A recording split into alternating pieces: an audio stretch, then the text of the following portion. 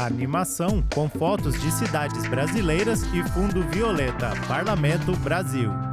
Um ano das enchentes devastadoras no Rio Grande do Sul.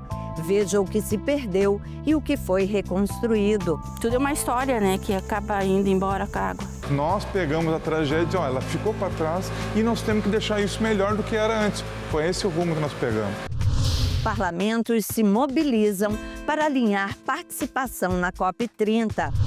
Relembre a efervescência do Congresso Nacional durante a elaboração da nova Constituição em 1988. A sociedade civil encaminhou 122 emendas populares, com mais de 12 milhões de assinaturas.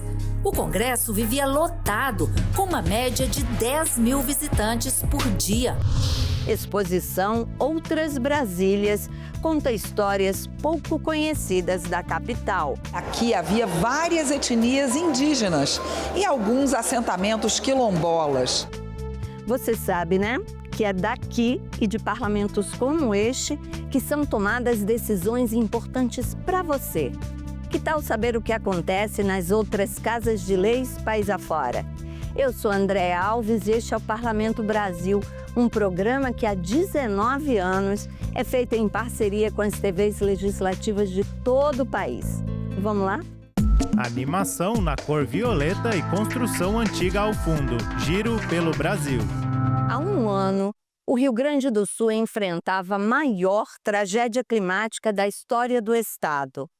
Vidas transformadas, histórias de dor Andréa Alves. E também de esperança. Uma matéria especial da TV Assembleia do Rio Grande do Sul relembra o que foi perdido, mas também celebra a força de quem resiste e reconstrói. TV Assembleia Rio Grande do Sul. A tela exibe uma rua alagando. O Sul está diante de um dos maiores desastres climáticos de sua história. Os impactos dessa tragédia, que já é considerada a maior catástrofe natural da história do Rio Grande do Sul, infelizmente, novas ocorrências, como o rompimento de barragens e a interrupção de estradas, podem se concretizar a qualquer momento. Lembrando que estamos em situação de calamidade pública decretado pelo governador Eduardo Leite. Da manhã desta quinta-feira, o presidente da Assembleia Legislativa se reuniu com gestores da casa. O objetivo era acompanhar os municípios gaúchos mais atingidos pelas chuvas. A suspensão das atividades das comissões e plenário. A sessão extraordinária desta terça-feira foi histórica. Pela primeira vez, a votação foi realizada de forma totalmente virtual, ou seja, com todos os deputados online. Primeira sessão plenária deliberativa totalmente virtual dos seus 189 anos de existência. 2 de maio de 2024. A Prefeitura de Porto Alegre decreta estado de calamidade pública. Um prenúncio do que estava por vir naquele maio histórico. A capital dos gaúchos nunca mais seria a mesma. 3 de maio de 2024. O nível do Guaíba, em Porto Alegre, seguia em elevação após os temporais que atingiam o Rio Grande do Sul. As águas do principal cartão postal da cidade foram avassaladoras. Levaram tudo o que encontraram pela frente e a cidade precisou ser esvaziada. A partir dali, nem o escritor mais pessimista poderia prever a história que começava a ser escrita diante dos olhos assustados de uma população que via a água subir, pouco a pouco. Até então, a maior enchente da história de Porto Alegre havia sido em maio de 1941. Mas em 2024, o Guaíba chegou a 5 metros e 35 centímetros. Quebrou todos os recordes. E também um pouco de cada um de nós. 30% da capital foi atingida pela enchente. Mais de 160 mil pessoas foram diretamente afetadas. Passado um ano, Bárbara o maior Scussel, desastre climático repórter. da história do Rio Grande do Sul, como está a vida de quem teve a casa e o ganha-pão invadidos pela água? É atrás dessas histórias que nós vamos hoje. O bairro Sarandi, na zona norte da capital, foi o mais impactado pela enchente. Mais de 26 mil pessoas atingidas e mais de 8 mil edificações prejudicadas. O bairro também foi o último a ver as águas baixarem. Foram 32 dias totalmente submerso. Um ano depois, centenas de casas continuam abandonadas. Famílias inteiras ainda não conseguiram voltar para casa.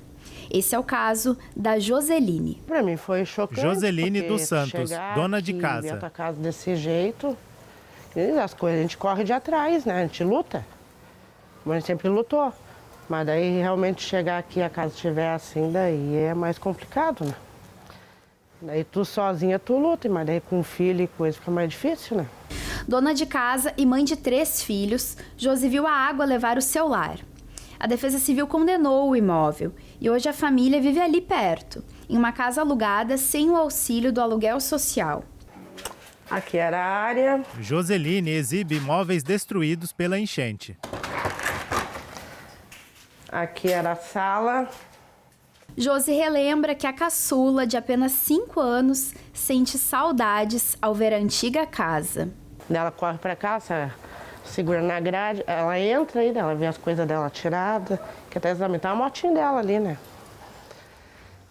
E às vezes pode ainda tem que tirar ela daqui, porque pode desabar o resto, que nem desabou o resto lá atrás, né? Pertinho dali, a gente conheceu a Cris. A nega, como é chamada pelos amigos, diferente da Josi, conseguiu voltar para casa, mas precisou fazer adaptações.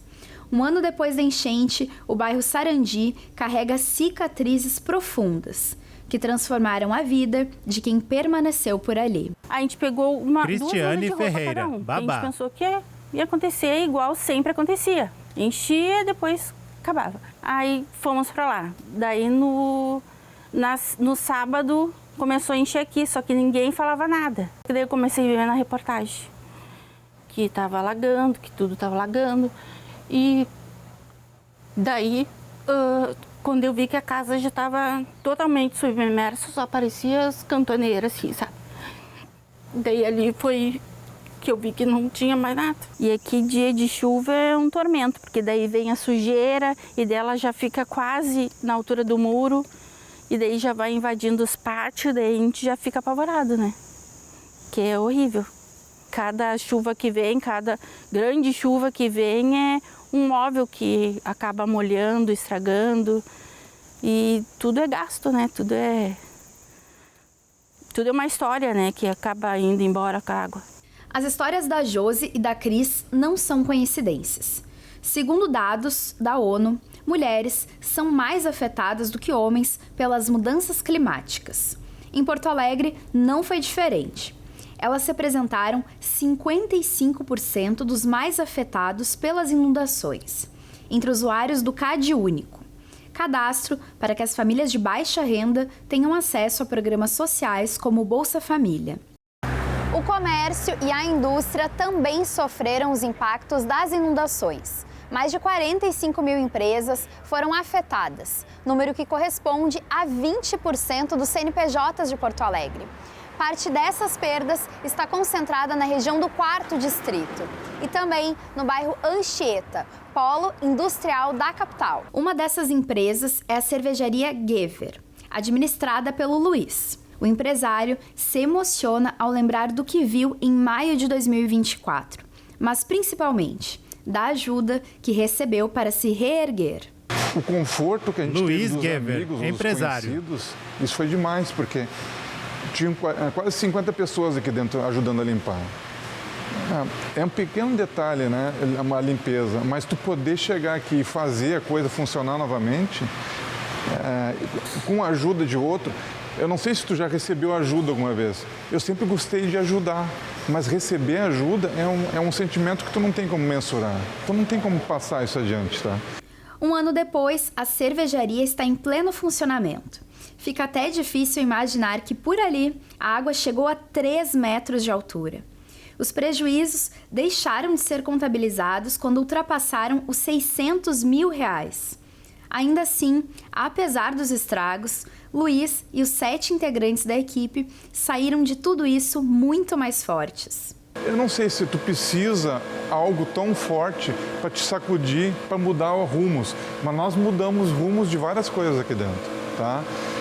Nós tínhamos necessidades técnicas latentes, assim, de frio, por exemplo. E a gente comprou equipamentos e nós ficamos mais fortes, nós temos mais tanques, nós usamos todo o dinheiro que pôde se pegar para deixar nós mais fortes e melhores. Então hoje, por isso que eu vendo mais, nós pegamos a tragédia, ela ficou para trás e nós temos que deixar isso melhor do que era antes. Foi esse o rumo que nós pegamos. Há um ano, uma montanha de livros chamava a atenção de quem passava pela rua José Montauri, no centro histórico. Era a primeira vez que os comerciantes do coração da cidade conseguiam acessar suas lojas para começar a limpeza. Foi lá que conhecemos o Taylor, gerente da livraria Paulus. Naquele momento, ele carregava uma tristeza em dobro. Além do trabalho, também teve a casa atingida. Um ano depois, fomos atrás dele. Então, essa retomada ela foi bem importante. Nós acabamos organizando e arrumando toda a livraria. Né? E lá no Taylor César Nunes, gerente da livraria Paulus. Organizou, arrumou a casa e estamos voltando à vida normal, né? Tentando voltar à vida normal. Seria impossível relembrar maio de 2024 sem mostrar a usina do gasômetro. O local foi palco de resistência e luta.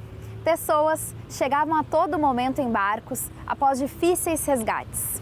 Hoje o que resta é o monumento Heróis Voluntários, assinado pelo artista plástico Ricardo Cardoso. Uma obra para que a gente nunca esqueça a onda de solidariedade que, em parte, amenizou a dor de todos nós gaúchos. Revisitar essa história não é fácil, mas é necessário. A enchente de 2024 afetou, de alguma forma, a todos nós. Locais conhecidos ganharam novos significados. As lembranças felizes agora dividem espaço com os traços do que foi perdido. Mas a gente não pode e não deve esquecer. Nós fomos forjados a superar essas coisas. Esse povo é diferente. É erguer e seguir em frente. Eu acho que esse é o troço mais legal que nós temos. Cuidar do meio ambiente. A gente precisa ter esse cuidado para que a gente não sofra no futuro novamente. A gente precisa fazer coisas agora no presente para que a gente melhore o nosso futuro.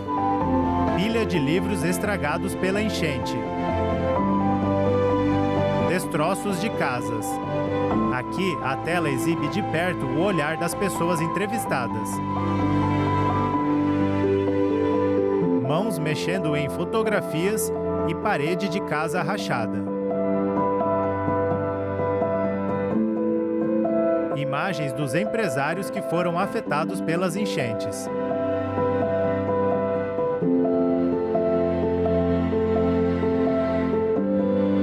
Uma estátua é exibida na praça da cidade, uma canoa e diversas pessoas a segurando.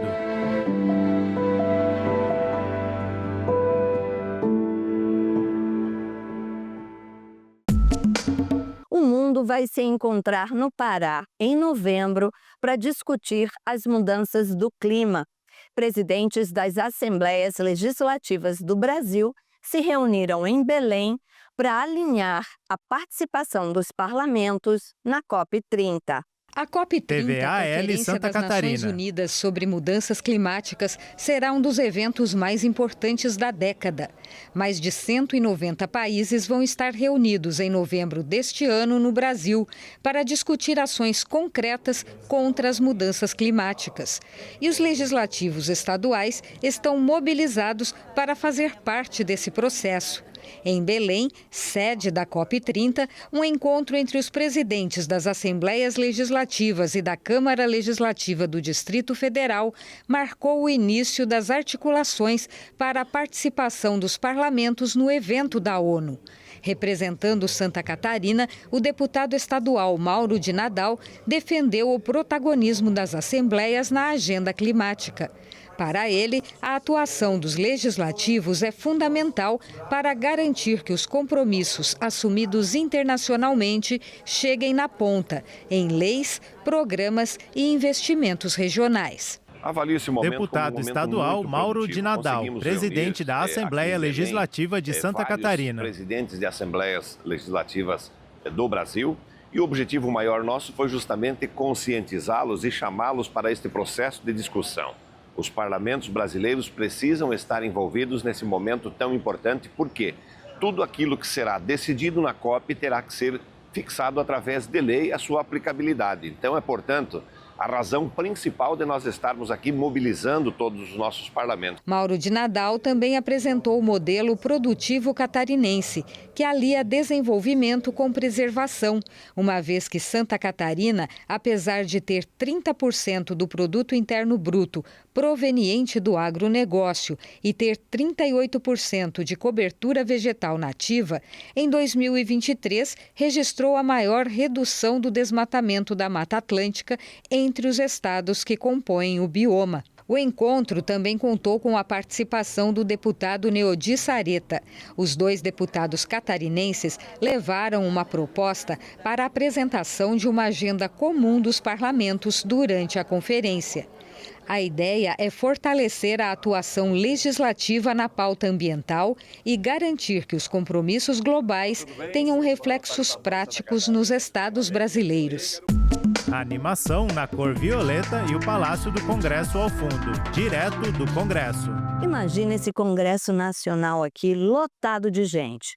Mais de 10 mil pessoas todos os dias, de vários grupos da sociedade civil, lutando para se verem representados na nova Constituição, que estava sendo elaborada após 21 anos de ditadura militar. Pois é, foi assim, efervescente, durante os quase 2 anos de debates da Assembleia Nacional Constituinte. Declaro promulgada. Promulgação da Constituição Federal 1988. Da dignidade, da democracia, TV Senado. Da justiça social no Brasil.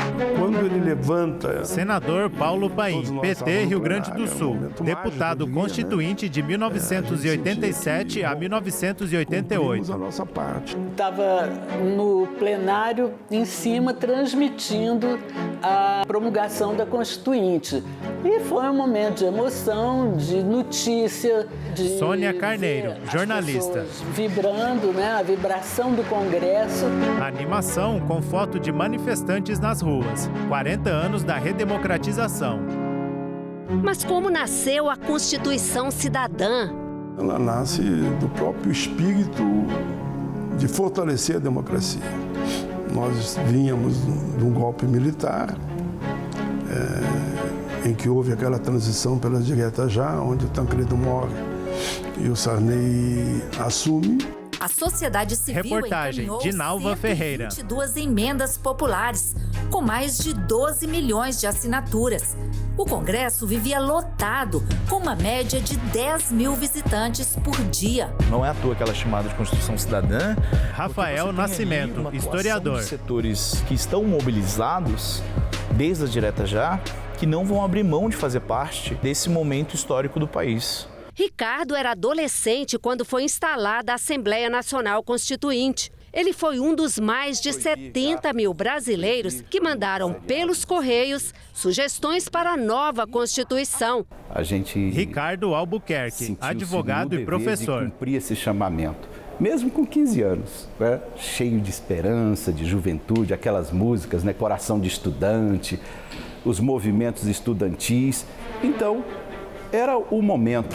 Foram 20 meses, quase 2 anos de intensos debates que varavam a madrugada, como lembra a jornalista Sônia Carneiro, que na época trabalhava no Jornal do Brasil. O cansaço, ele vinha naturalmente, mas a gente ainda ia conversar e ainda trocar ideias, ainda ia acompanhar os políticos para ver o que estava acontecendo de fato. A gente se apegou àquele trabalho que era muito exaustivo, mas ao mesmo tempo muito edificante. A gente se sentia também participante daquela Constituinte. Trabalho intenso também para os funcionários da Câmara e do Senado que davam apoio às atividades da Assembleia Constituinte. Flória Madruga chefiava o setor de revisão da gráfica. Trabalha 24 horas. Florian Madruga, servidor da gráfica do Senado em 1988. Nós estamos trabalhando para o Senado, não. não estão trabalhando para o Congresso, não. Estão trabalhando para o Brasil, para um novo Brasil que estava surgindo. Movimentação e trabalho intensos para garantir direitos sonhados e reivindicados por cidadãos de todo o país. Conquistas que só a redemocratização tornaram possíveis. A ideia de um sistema único Creomar de saúde, de Souza, cientista político. Entre o sistema único de saúde, dentro de um sistema único de saúde, daquilo que é a estrutura pública e daquilo que é a saúde suplementar, a lei de proteção à mulher no que diz respeito à violência doméstica, os direitos das crianças e dos adolescentes e as proteções legais para uma série de situações. Se constrói efetivamente uma carta constitucional voltada à proteção legal do cidadão e a ideia de tentar construir algo que em determinado sentido é inovador na sociedade brasileira, que é uma percepção de que todos os cidadãos brasileiros são iguais perante a lei e devem ser tratados de forma igual perante a lei. Um dos debates mais duros foi o da reforma agrária. Num desses debates eu não lembro bem o nome, se não foi o próprio Jogues, que recebeu um soco mesmo, bem no meio da testa, caiu duro para trás. E daí chegou a turma do Chegadíssimo, eu e tantos outros, né? Que conseguimos fazer que eu levantasse. Então foi de fato, o microfone voando, foi momentos duros, né? Segundo o senador Paulo Paim, um dos momentos mais bonitos foi o famoso discurso do ex-deputado Alceni Guerra em defesa da licença paternidade, uma das conquistas da Constituição Cidadã. Ele fez uma fala tão bonita, falando dos filhos deles, né? Filho e filhos. Aquele momento que não era essa mulher, mas era o pai também. Então. Resultado. O discurso do Alceni Guerra, faço aqui a homenagem a ele, foi aplaudido de pé. Não teve um que não aplaudiu. Foi um momento dos mais bonitos da Assembleia Nacional Constituinte. Quase 40 anos depois, a Constituição Cidadã já foi alterada inúmeras vezes, mas ainda é vista como um símbolo da retomada da democracia. A sociedade muda. Senador Renan Calheiros, MDB Alagoas, deputado constituinte de 1987 a 1988. Toda vez que for necessário acontecer na direção do povo brasileiro, aconteça. Ao admitir a reforma, quanto a ela, discordar, sim. Divergir, sim. Descumprir, jamais. Afrontá-la, nunca. Animação com estátua do profeta Isaías de Aleijadinho em Congonhas, Minas Gerais. Vitrine. Nossa belíssima capital, Brasília, completou 65 anos. Uma exposição aqui na Câmara dos Deputados mostrou outras versões, contranarrativas da história da cidade. Veja na reportagem de Mariana Monteiro para o programa Cultura na Câmara. Olá! TV Brasília Câmara. Foi construída no meio do nada. Os candangos vieram de longe para levantar a cidade. Mariana Monteiro, repórter. Ninguém. A gente foi se acostumando a ouvir essas frases que eram ditas até pelo idealizador da nova capital, Juscelino Kubitschek.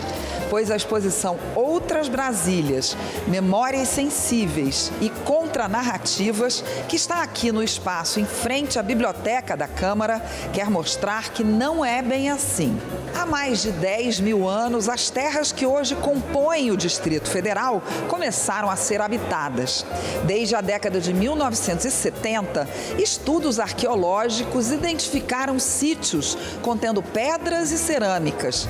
Eles estão na região de Taguatinga, do Gama e de Braslândia. São 26 sítios arqueológicos.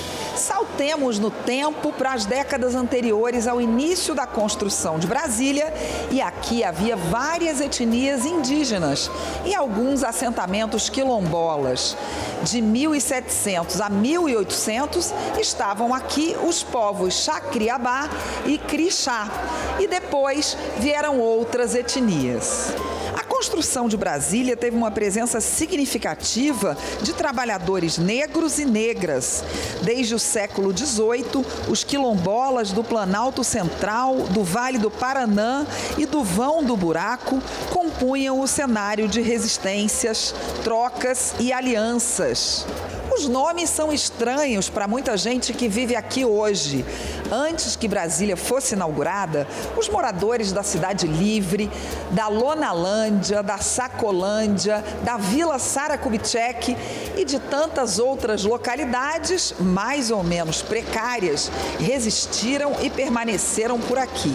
Enquanto isso, existiam migrações forçadas de locais como vilas do Iape, Morro do Urubu, Vila Tenório, Bernardo Saião e outras para a Ceilândia. Ceilândia, aliás, que traz no nome as memórias dolorosas de uma campanha de erradicação de invasões, a CEI. Esta outra parte da exposição mostra as violências que se tornaram rotina desde a construção de Brasília e que foram agravadas durante o período da ditadura militar. Houve outras antes, como o massacre da Jebe, em 1959, e depois o Badernaço, em 1986. O massacre da Jebe começou na Vila Planalto, quando os trabalhadores da construtora Pacheco Fernandes, com salário atrasado e corte de água, se revoltaram após receberem comida estragada. A Guarda Especial de Brasília foi acionada e chegou atirando. Já Badernaço foi como ficou conhecido o primeiro grande protesto popular em Brasília durante a transição democrática. A construção de Brasília, no final da década de 50, foi marcada por desigualdades sociais. Na década de 60, enquanto a elite política do Plano Piloto pedia o retorno da capital para o Rio de Janeiro, a população de Taguatinga e do Núcleo Bandeirante lutava por moradia e trabalho. Diversas imagens de época: homens trabalhando, carroças, ônibus com pessoas e trânsito. Muito interessantes essas outras histórias de Brasília, hein? Bom, o Parlamento Brasil fica por aqui. Se você quiser rever este ou qualquer outro programa da TV Senado, tem senado.leg.br/tv/Parlamento Brasil, youtube.com/TV Senado. Os créditos entram em tela. Enquanto isso, ao fundo, é exibido o plenário do Senado. TV Senado 2025.